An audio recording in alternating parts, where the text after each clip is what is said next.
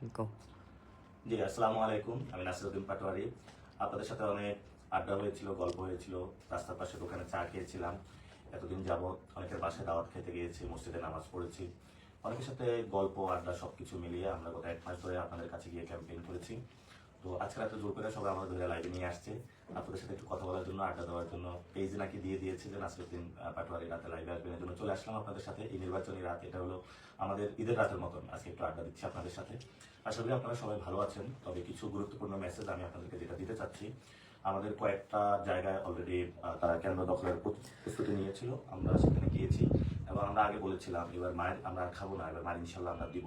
তো সেই জায়গা থেকে আমাদের সিদ্ধেশ্বরী কলেজে প্রবলেম হয়েছিল, সেগুলো আমরা সংশোধন এবং সমাধানের চেষ্টা করেছি। কমলাপুরেও প্রবলেম হচ্ছে, ইনশাল্লাহ সেগুলো আমরা সমাধানের চেষ্টা করব। তো আপনারা জানেন যে আমরা একটা চালু করেছিলাম যে আমাদেরকে চিঠি লিখুন। সেখানে আপনারা অনেকগুলো চিঠি আমাদেরকে লিখেছেন। সেই চিঠিগুলো ইনশাল্লাহ আমি এখন পড়ার চেষ্টা করব।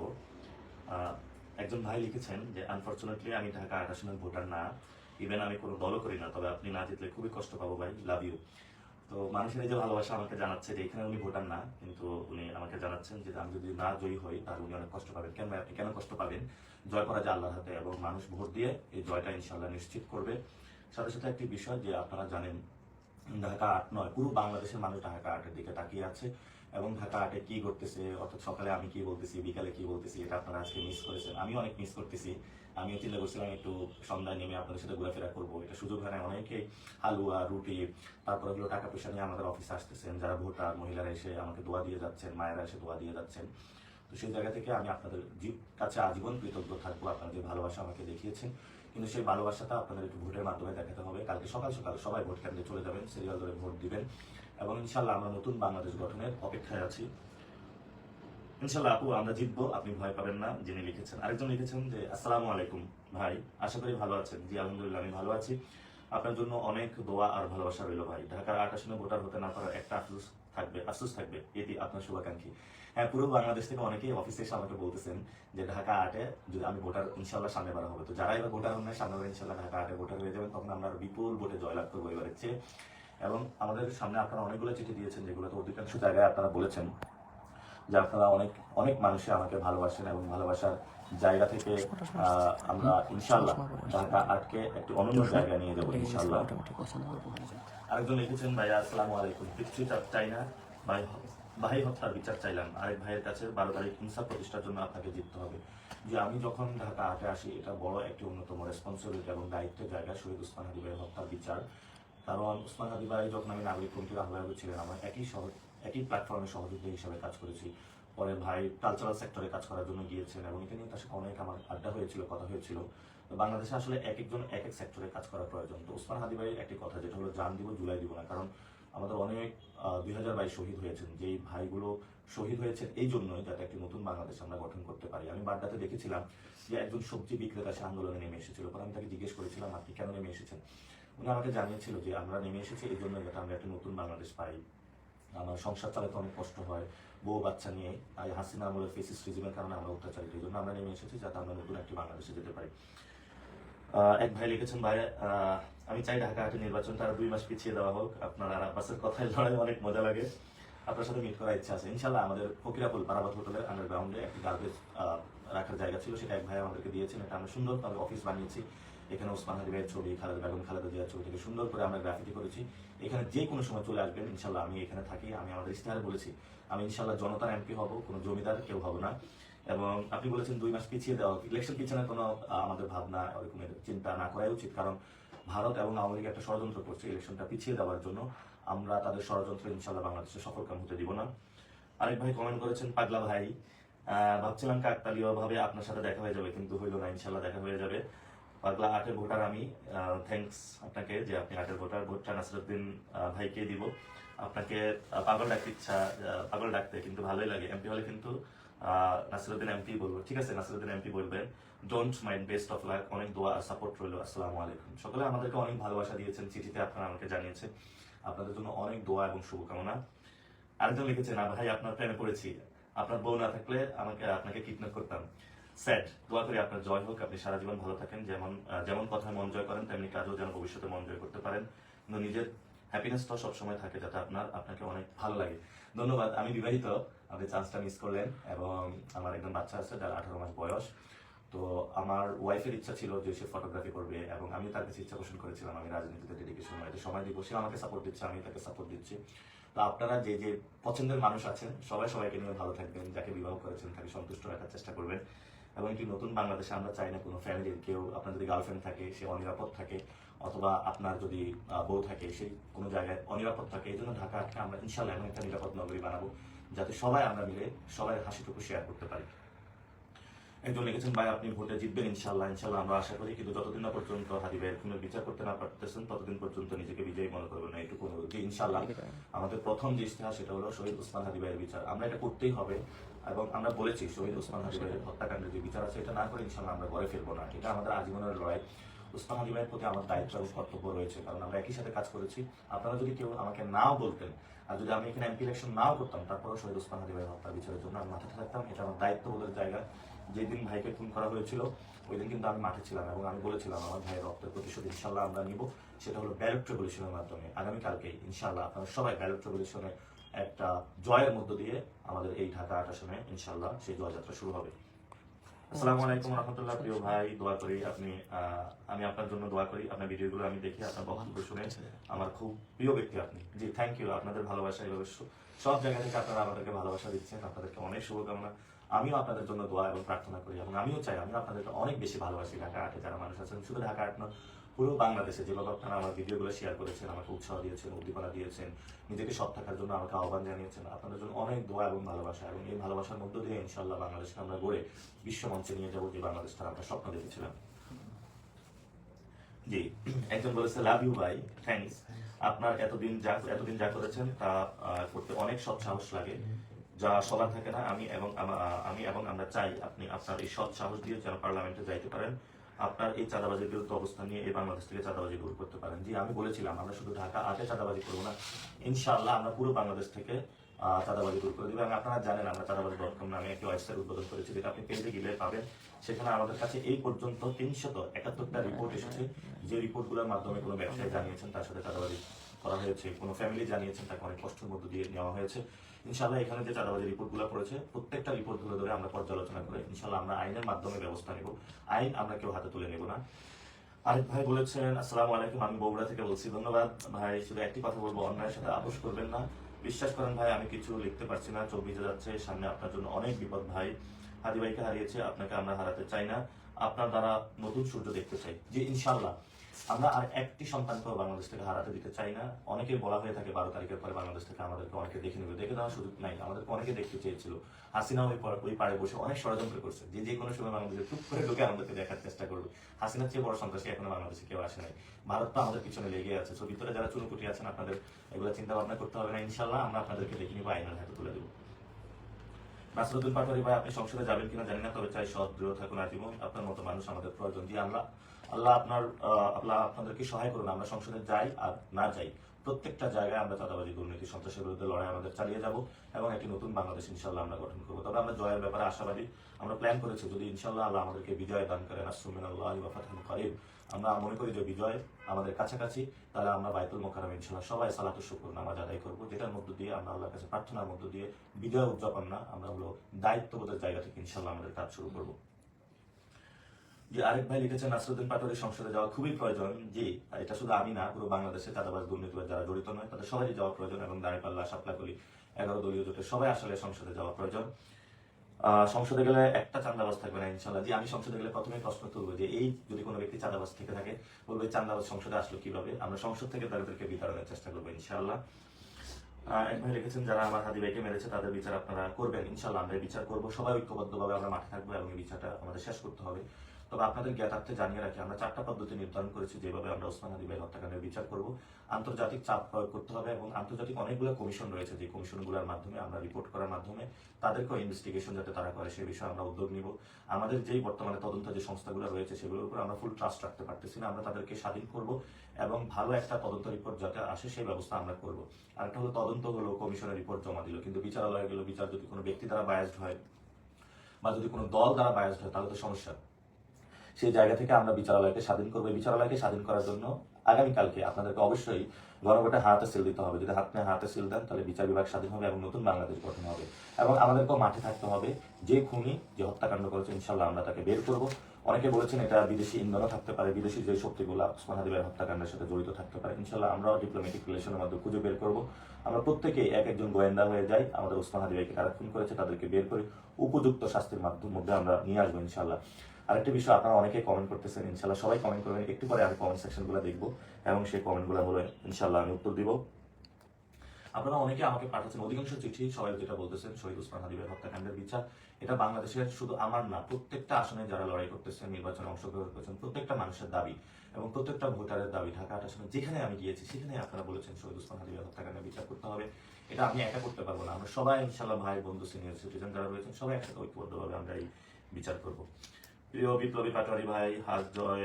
যাই হোক, পিছু হটবেন না। জি না, আমরা পিছু হটবেন না, আমরা পিছু হটার জন্য আসি না। আমার দেওয়ালে পিঠ থেকে গিয়েছে, আমাদের পিছনে বঙ্গোপসাগর, আমরা বঙ্গোপসাগরে মরতে চাই না। আমরা লড়াই করতে করতে বীরের বেশে ইনশাল্লাহ সামনে এগিয়ে যাবো এবং আমাদের শহীদ হতে কোনো ভয় নেই। শহীদরা কখনো মৃত্যুবরণ করে না। আমাদের ওসমান হাদিব হাসতে হাসতে শিখিয়ে গিয়েছেন কিভাবে হলো এই পৃথিবীতে জালেমের সাথে লড়াই করে, অন্যায়ের সাথে আপোষ না করে সামনে এগিয়ে যেতে হয়। প্রিয় ভাইরা, আপনারা অনেকে চিলমরে আছেন, অনেকেই অনেক কষ্ট করতেছেন। যে কষ্টের মধ্যে দিয়ে ইনশাল্লাহ আমরা নতুন বাংলাদেশ গঠন করব। আপনারা অনেকে আমাকে লাইভে বলতেছেন আপনি সেফ থাকবেন। ইনশাল্লাহ আমরা চেষ্টা করব সুরক্ষার দায়িত্ব এবং জায়গা থেকে আপনার সবাই সব জায়গা থেকে সবাইকে আমরা সুরক্ষা দেবো। যেভাবে আপনার বোন মার্কেটে গেলে আপনি তার নিরাপত্তার জায়গাটা নিশ্চিত করেন, প্রত্যেকের ভাই হিসাবে আমরা প্রত্যেকের নিরাপত্তা নিশ্চিত করব। এবং আমাদের যদি একটা রুটি থাকে আমরা সবাই ভাগ করে খাবো, কারণ আমরা অনেক নিপীড়ন নির্যাতনের মধ্যে দিয়ে যাচ্ছি। বাংলাদেশে অনেক ইকোনমিক ক্রাইসিসের মধ্যে দিয়ে যাচ্ছে। অনেক তরুণ যাদের আসলে কোনো চাকরি নাই। যদি কারো ব্যবস্থা থাকে আপনারা তরুণদেরকে চাকরি দিবেন, ব্যবসায়ী ভাইদেরকে নিরাপদে রাখবেন ইনশাল্লাহ। একজন বলেছেন দাঁড়িপাল্লার বিজয় হবে। হ্যাঁ, পুরো বাংলাদেশে দাঁড়িপাল্লা এবং শাপলাগুলির ভূমিদশ বিজয় হবে, যেটার মধ্যে দিয়ে আমরা নতুন বাংলাদেশ গঠন করব। একজন বলেছেন ভালোবাসা অবিরাম। জি ধন্যবাদ আপনাকে। একজন বলেছেন ইনশাল্লাহ সবসময় পাশে আছি। জি ধন্যবাদ। একজন বলেছেন বোরকা আব্বাস, আমি এই বিষয়ে কোনো কমেন্ট করবো না। ইনশাল্লাহ কালকে ভালো কিছু হবে। জি একজন বলেছেন, অনেকে আবার গালিও দিচ্ছেন। যে যারা গালি দিচ্ছেন আপনাদেরকে অপরন্ত ভালোবাসা। আপনাকে আমাকে গালি দিচ্ছেন, আপনারা অ্যাটলিস্ট আমার লাইভটা দেখছেন। অনেক আওয়ামী লীগের আপনারা যারা আছেন তারা লাইভ দিচ্ছেন। গালি দেন যাই করুন, আমরা সবাইকে ভালোবাসা তাদের আবৃত্তি করে দেবো, নো প্রবলেম। আমরা নতুন একটি বাংলাদেশ করতে চাই যেখানে সবার মধ্যে ভালোবাসা থাকবে, সম্প্রীতি থাকবে। কেউ কাউকে গালাগালি দিব না।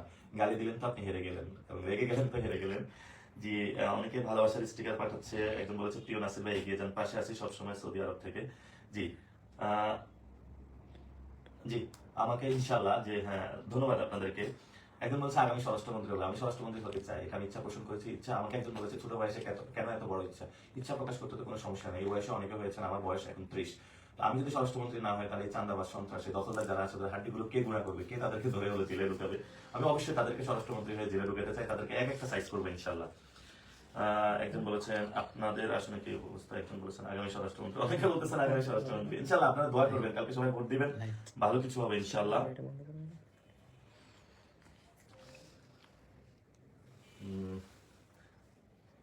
জি একজন বলেছেন যে আমার এলাকায় চাঁদাবাজি। হ্যাঁ, শুধু ঢাকা 8 আসনে না, পুরো বাংলাদেশে বিভিন্ন জায়গায় চাঁদাবাজি হয়। আমাদের চাঁদাবাজি বন্ধ করতে হবে। এখন আমি আপনাদের একটা গুরুত্বপূর্ণ বিষয় বলছি, কেন আমাদের চাঁদাবাজি বন্ধ করতে হবে। দেখেন, চাঁদাবাজি, সন্ত্রাসী, দৌরাত্ম্য যে রয়েছে এবং দখলদারিত্ব, এটার মাধ্যমে কিন্তু একটা দল পলিটিক্যাল ফাইন্যান্সিং চালিয়ে থাকে। অর্থাৎ এটা একটা দলের রাজনৈতিক অর্থনৈতিক উৎস।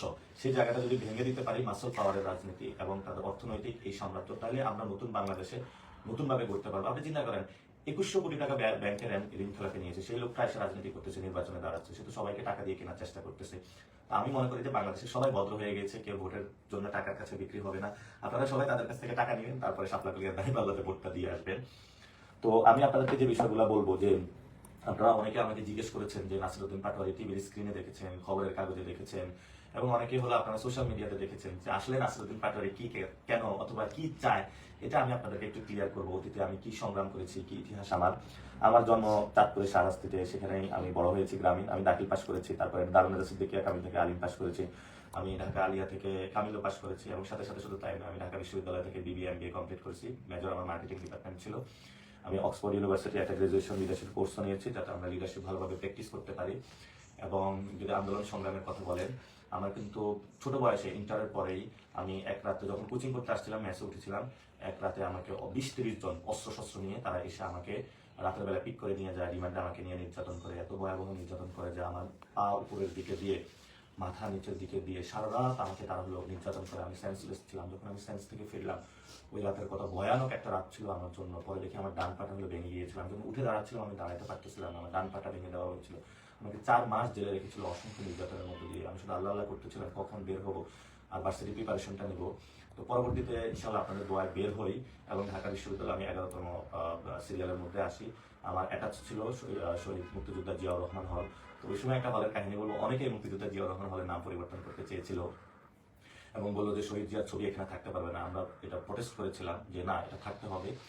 এবং শুধু তাই নয়, ক্যাম্পাস লাইফে কিন্তু আমাকে রাত 2টার দিকে ছাত্রলীগ আমাকে রাতের বেলা বের করে দিয়েছিল নির্যাতনের মধ্য দিয়ে। পুরো ঢাকা শহরে আমার কোথাও থাকার জায়গা ছিল না। পরে এক বাবা ভাইকে ফোন দিয়েছিলাম, উনি তার বাসায় নিয়ে আমাকে রেখেছিলেন, অসংখ্য নির্যাতনের মধ্য দিয়ে গিয়েছিল।